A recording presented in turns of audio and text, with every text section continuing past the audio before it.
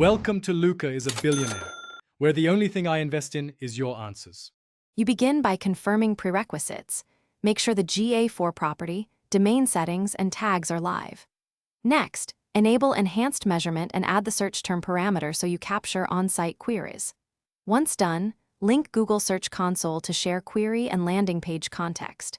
Then create SEO-focused custom dimensions, landing page path and query string, and mark your primary SEO conversions, like organic purchase or lead. This gets raw data flowing into models you will analyze for optimization.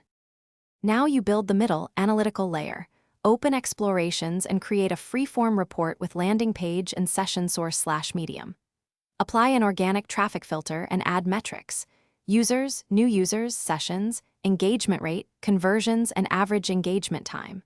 Once done, add your custom dimensions for on-site search queries and landing query strings.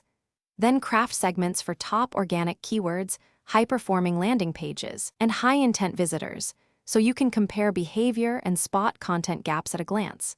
Finish by turning insights into action.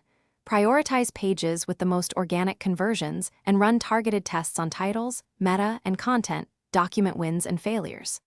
Once done, set alerts for steep drops in organic sessions or conversion rate and schedule weekly performance reviews. If numbers look wrong, troubleshoot. Validate tagging, use GTM preview and GA4 debug view, check data stream settings and filters. Make sure to reprocess comparisons after fixes, and keep a change log so you track cause and effect. Thanks for watching, and please subscribe. It's the best investment you'll ever make.